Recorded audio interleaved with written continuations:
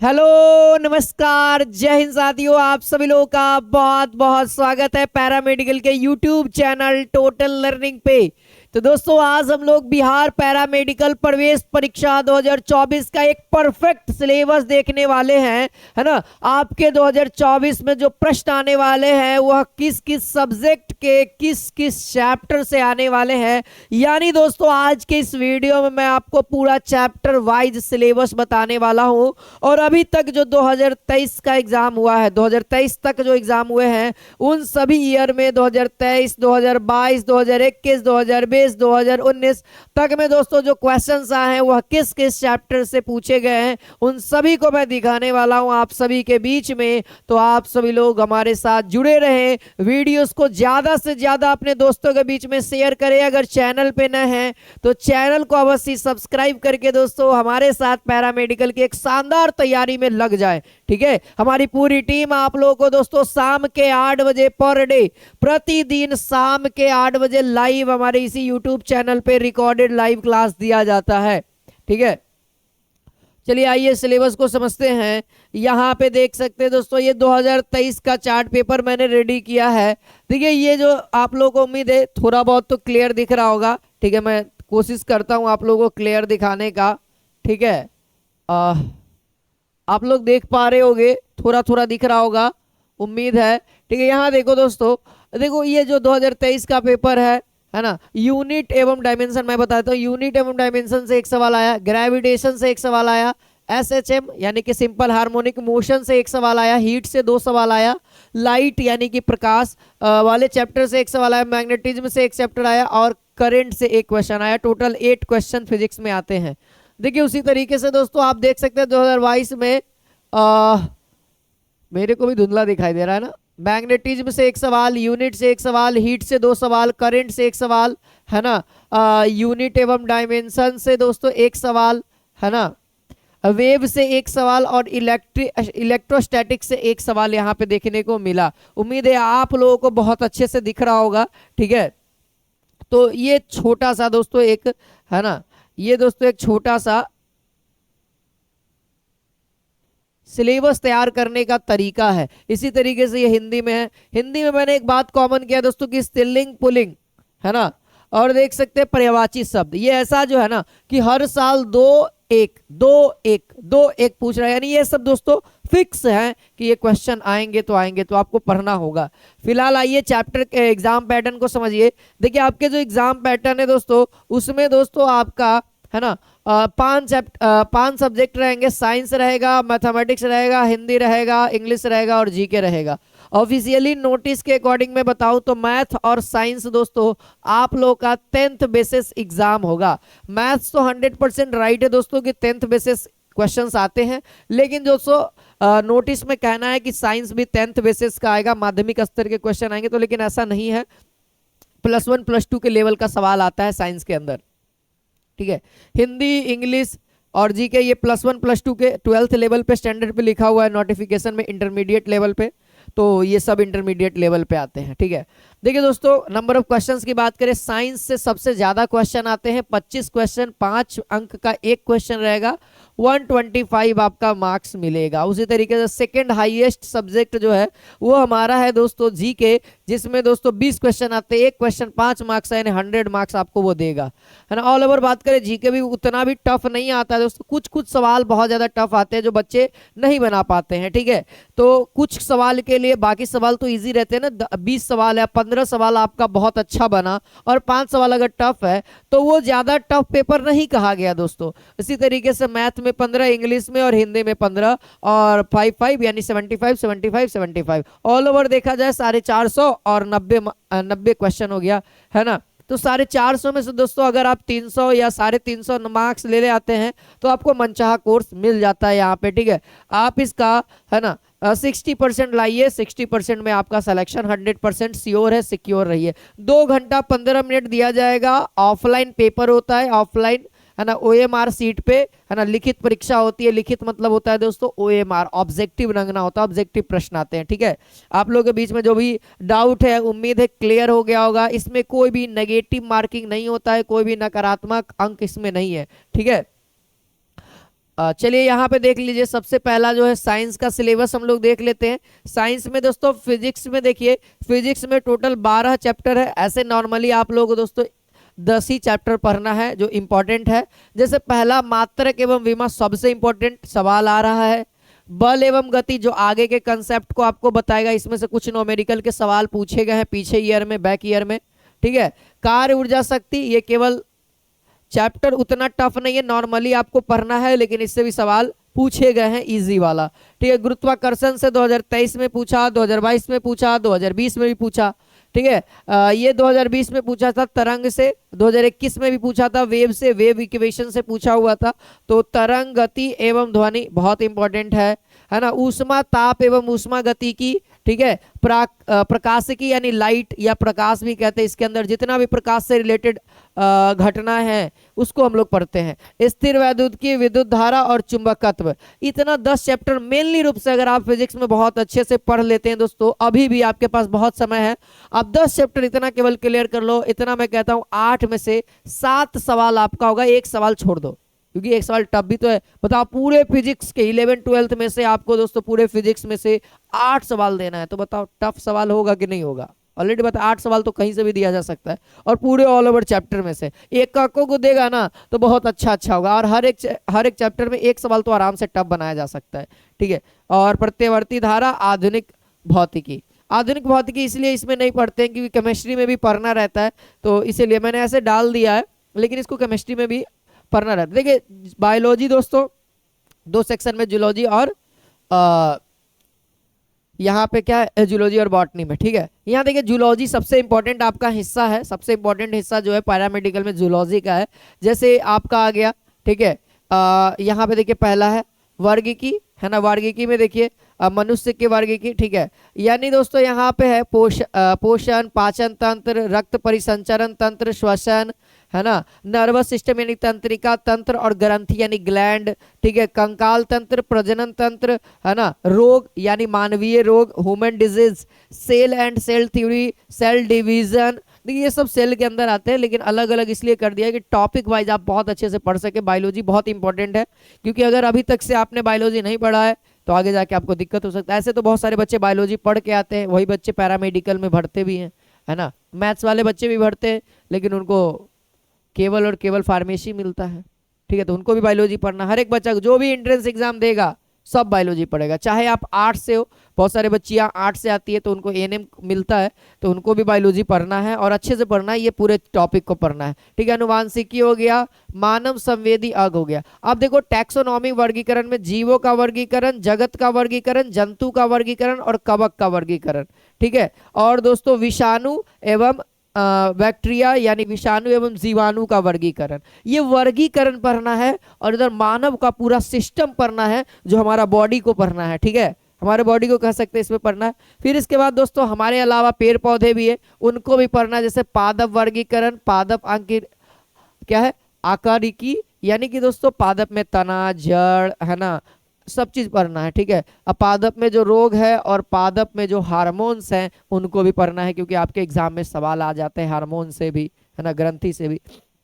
अब केमिस्ट्री में देखिए, केमिस्ट्री में कैसे हैं, देखिए परमाणु संरचना हो गया, रेडियोधर्मिता हो गया, है ना, मोल अवधारणा एवं संख्यात्मक, संतुलन यानी इक्विलिब्रियम, सवाल बहुत इंपॉर्टेंट है ना। विद्युत रसायन, रासायनिक प्रतिक्रिया, पॉलीमर यानी बहुलक, अम्ल एवं क्षार, ऑक्सीकरण एवं अवकरण, ठीक है। ऑक्सीडेशन और रिडक्शन, अवकरण होगा, ठीक है, अवकरण। आगे दोस्तों गैस और उसके नियम, ठीक है।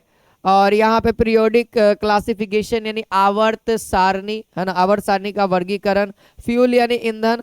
फिर कार्बनिक रसायन विज्ञान और उसके उत्प्रेरक यानी कैटलिस्ट के बारे में एग्जाम में हाल ही में 2020 में आया हुआ था कि ओस्टवाल विधि द्वारा, है ना, ओस्टवाल विधि द्वारा जो H2SO4 को निर्माण किया जाता है उसमें कैटलिस्ट क्या होता है, ठीक है, ऐसा सवाल आया तो कैटलिस्ट से सवाल है ना। केमिकल बॉन्डिंग यानी रासायनिक बंधन, है ना, रासायनिक बंधन से रिलेटेड सवाल आते हैं। कार्बन कार्बन में पूछेगा कि निम्नलिखित में से कार्बन कार्बन के बीच किसका बंध जो है लंबा है, छोटा है, ऐसा भी सवाल आता है। तो ये सब केमिकल बॉन्डिंग के अंदर बहुत अच्छे से डिटेल में पढ़ लीजिएगा, ठीक है। कार्बन और इट्स कंपाउंड, कार्बन और उसके यौगिक को भी पढ़ना है आपको, ठीक है।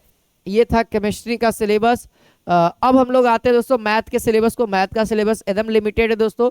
सबसे पहले आपको जो पढ़ना है दोस्तों, नंबर सिस्टम पढ़ना है। नंबर सिस्टम के अंदर जो भी बेसिक बेसिक होती हैं उसको पढ़ लेना है नंबर्स के बारे में। फिर उसके बाद आपको स्टार्ट करना है ratio and proportion, average, age problem, partnership, percentage, profit loss and discount, CISI, unitary method, time and work, pipe and question है ना। इस बार पाइप एंड क्वेश्चन से सवाल आया हुआ था, देखे थे ये टाइम एंड वर्क का ही हिस्सा है, ठीक है। जब आप टाइम एंड वर्क पढ़ेंगे तो लगे हाथ पाइप एंड क्वेश्चन भी हो जाता है।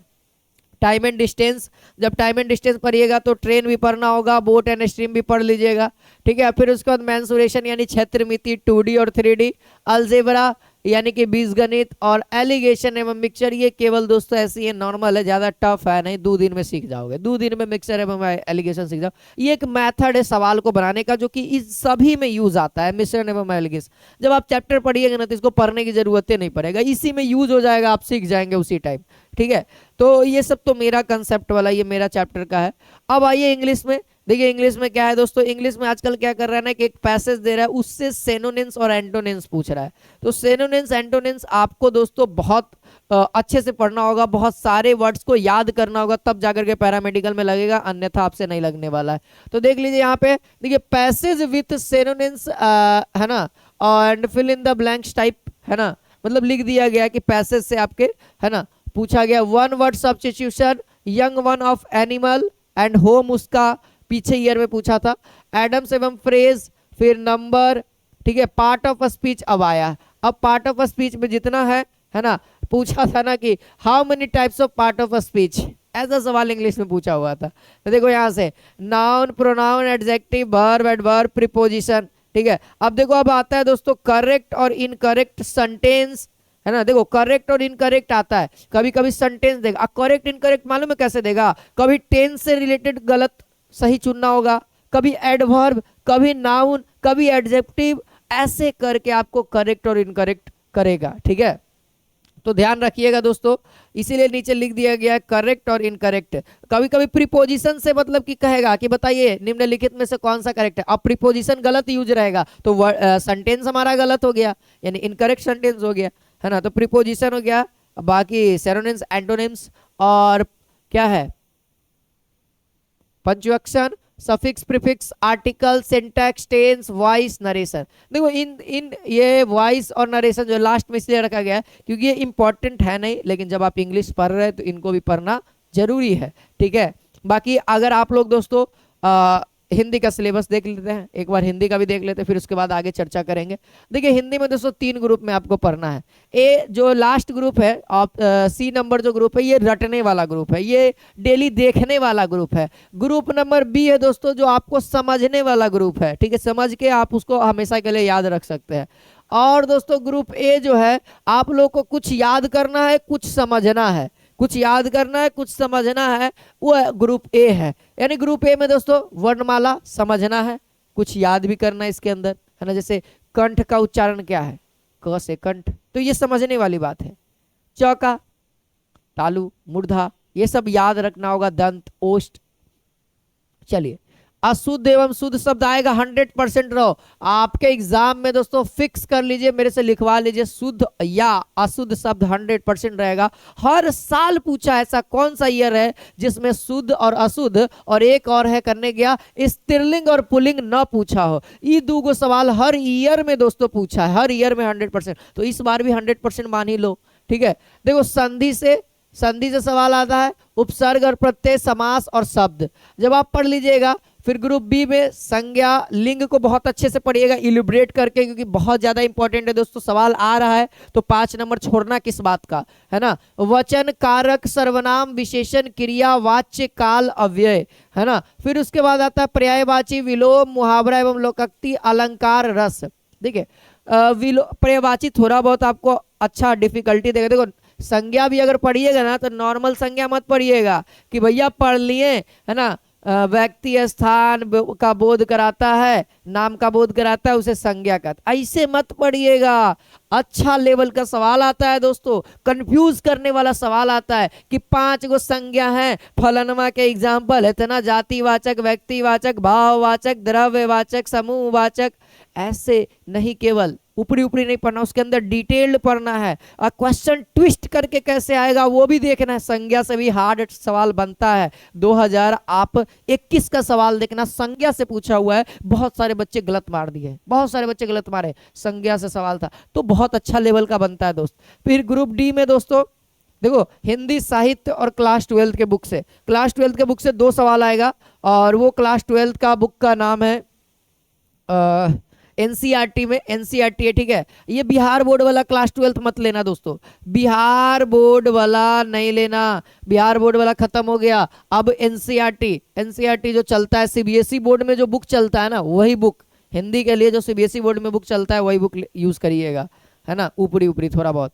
चलिए अब जीके का थोड़ा बहुत सिलेबस देख लीजिए। हिस्ट्री पढ़ना है। हिस्ट्री में देखिए आप लोगों को क्या क्या बताया गया है यहाँ पे। रोहित सर ने दिया ये प्री हिस्टोरिक, है ना, प्रोटो हिस्टोरिक और एशियंट। और फिर धर्म में दोस्तों 2 धर्म पढ़ाया जा रहा है, बुद्ध धर्म, जैन धर्म, ठीक है। फिर मौर्य वंश और गुप्त वंश और वैदिक सभ्यता और मुगल साम्राज्य भी पढ़ना है, ठीक है। फिर उसके बाद वर्ल्ड जियोग्राफी यानी कि भूगोल में दोस्तों, वो कौन सा भूगोल, तो पूरे विश्व का भूगोल, जिसमें हम लोग को सौरमंडल, पृथ्वी की काल्पनिक रेखाएं, पृथ्वी की आंतरिक संरचना, वायुमंडल, महाद्वीप और नदी एवं उसके किनारे बसे शहर। क्यों दोस्तों, क्योंकि ये सवाल आया हुआ था 2020 में, है ना, 2020 में भी आया हुआ था, 2021 में भी आया था। फिर देखो भारत का, तो भारत का विवरण, पड़ोसी देश, कृषि, क्योंकि पड़ोसी देश से सवाल आया हुआ था, है ना। फिर भारत के नदी एवं उसके किनारे बसे शहर और भारत की झील, ठीक है। अब कुछ यहाँ पे मध्यकालीन इतिहास में, जैसे कि, है ना, अरबों का आक्रमण, तुर्क का आक्रमण, दिल्ली सल्तनत और मुगल वंश, ठीक है। आधुनिक इतिहास में दोस्तों मुगलों का पतन, यूरोपियन कंपनी, बंगाल में अंग्रेजी शक्ति का उदय, धार्मिक और सामाजिक सुधार आंदोलन, आंदोलन के बारे में, ठीक है। और फिर 1857 की क्रांति, है ना, भारतीय राष्ट्रीय स्वतंत्रता आंदोलन और सिख स्टेट, है ना। देखिए दोस्तों, ये जो पूरे इतिहास को हम लोग इतिहास जो कह रहे हैं, है ना, ये इतिहास मध्यकालीन और आधुनिक और एक और होगा शायद वर्ल्ड, है ना, वर्ल्ड में भी हम लोग बात कर लेते हैं। वर्ल्ड हिस्ट्री को भी जब ऐड करेंगे तब दोस्तों उस सिचुएशन में आपसे हिस्ट्री से मात्र 2 से 3 ही सवाल आएंगे। सोच लीजिए आप इतना ज़्यादा पढ़िएगा, पूरा हिस्ट्री पढ़िएगा तो 2 से 3 ही सवाल आएंगे। बाकी जो सवाल आएंगे दोस्तों वह किस पोर्शन से आएंगे, वह स्टैटिक्स या फिर मिसलेनियस कहते हैं। करेंट अफेयर से आपको दोस्तों 2 सवाल आएंगे, करंट से आपको 2 सवाल आएंगे। पिछली बार किताब से आया हुआ था कि लेटेस्ट एक किताब लॉन्च हुआ था, उसी के लेखक के बारे में पूछा था, 2023 की बात बता रहा हूँ, है ना। खेल एवं खिलाड़ी से भी सवाल आता है, 2020 में आया हुआ था, लेकिन 2021 और 2023 में अभी तक से नहीं आया, लेकिन फिर भी ये इंपॉर्टेंट हो गया क्योंकि 2020 में आया है, हो सकता है 2024 में आ जाए, है ना। तो खेल और खिलाड़ी से भी संबंधित है, जैसे खेल में कौन सा प्लेयर फेमस है अभी का भी और बाद का भी, ठीक है। जैसे 2020 में आया हुआ था कि प्रकाश पादुकोण किस खेल से संबंधित है, तो हॉक, है ना, वो आप लोगों को पता होगा, दीपिका पादुकोण के पिताजी। चलिए आगे देखते हैं, पॉलिटी, पॉलिटी से रिलेटेड है, जैसे संविधान सभा, संविधान का विदेशी स्रोत, संविधान की अनुसूची, मौलिक अधिकार, राज्य के नीति निर्देशक तत्व, ठीक है, मूल कर्तव्य, राष्ट्रपति, उपराष्ट्रपति, प्रधानमंत्री, संसद और न्यायपालिका, राष्ट्रीय चिन्ह और पंचायती राज। बस इतना आप लोगों को पॉलिटी के अंदर पढ़ना है। इसी के साथ दोस्तों ये आपका प्रॉपर चैप्टर वाइज सिलेबस था। उम्मीद है आप लोग को ये छोटा सा वीडियो में मैंने बहुत अच्छा सिलेबस बता दिया है। बस आप क्या करेंगे, इन सभी सिलेबस को आप अपने पेज में नोट डाउन करें और दीवार पे चिपकाएं, और जो जो चैप्टर होते जाए उस तरीके से आप उसको टिक आउट करते जाएं, ठीक है। और दोस्तों मैं आपको बताऊं कि हमारे इस चैनल के माध्यम से आप लोगों को दोस्तों, है ना, आप लोगों को दोस्तों पहला बैच दोस्तों जो कि चल रहा है अभी तक से, जो बच्चे मतलब कि संकल्प बैच, है ना, संकल्प बैच, जिसका प्राइस दोस्तों अभी मैं बताऊं 649 रुपया है। ये दोस्तों बहुत पहले से बैच चल रहा है, इसको हम लोग फाउंडेशन बैच कहते हैं, है ना। ये हमारा फाउंडेशन बैच है, ठीक है, ये हमारा फाउंडेशन बैच है। अब दूसरा बैच जिसको हम लोग टारगेट बैच कहेंगे दोस्तों, वो आने वाला है निश्चय बैच, ठीक है। निश्चय बैच दोस्तों दिसंबर में ही आएगा, 25 दिसंबर को लॉन्च होगा। इसकी क्लासेस 5 दिसंबर से आपको मिलेगी। इसका प्राइस आप लोगों को 699 रुपया होगा। यह दोस्तों शायद मेरे ख्याल से 25 दिसंबर को आपको ये कोर्स हमारे मोबाइल ऐप पे दिख जाएगा, ठीक है। है ना, टोटल लर्निंग ऐप पे दिख जाएगा। टोटल लर्निंग ऐप को अगर आप लोगों ने अभी तक से डाउनलोड नहीं किया, डाउनलोड कर लीजिए। इस चैनल को जरूर सब्सक्राइब कर लीजिए और पर डे 8 बजे इसी चैनल पे फ्री ऑफ कॉस्ट 8 बजे आप लोगों को फ्री ऑफ कॉस्ट दोस्तों, ठीक है, फ्री ऑफ कॉस्ट, है ना, आप लोगों को क्लासेस दी जाती है, 1 शॉट वीडियो, है ना, जो भी चैप्टर मैंने बताया ना सारा चैप्टर आपको यूट्यूब पे भी होगा। और जो बच्चे मतलब कि कोर्स में जुड़ना चाहते हैं, ठीक है, क्लास आप लोगों की दोस्तों, है ना, 5 जनवरी से किसी भी हालत में स्टार्ट हो जाएगी, 5 जनवरी 2024 में, ठीक है, क्योंकि टाइम हमारे पास कम रहेगा और जल्दी आप लोगों को सिलेबस भी बताना है और हर एक चीज़ को समझाते हुए आगे लेके जाना है। उम्मीद है। और बताऊं दोस्तों कि हमारा जो बुक है, आप लोगों को बताऊं कि हमारा जो पैरामेडिकल का PYQ का बुक है, PYQ का बुक, वह दोस्तों लगभग 25 दिसंबर को आ जाएगा, है ना, 25 दिसंबर को मार्केट में आ जाएगा, है ना। जिस दिन बैच लॉन्च होगा उस दिन बुक का भी लॉन्चिंग हो जाएगा दोस्तों, और बाकी उससे पहले भी हो सकता है। बाकी आप लोग को इमेज दिखा दूंगा, इस साइड आप लोगों को दिख रहा होगा बैनर जो बन गया है, जो बुक का कवर है वो आप लोगों को उम्मीद है दिख रहा होगा, ठीक है। फिर मिलते हैं इसी के साथ नेक्स्ट क्लास में। आप लोग कमेंट करके बताना कि आप लोग को वीडियो कैसा लगा और किस चीज़ का वीडियो चाहिए, कमेंट जरूर करिएगा। जय हिंद, जय भारत।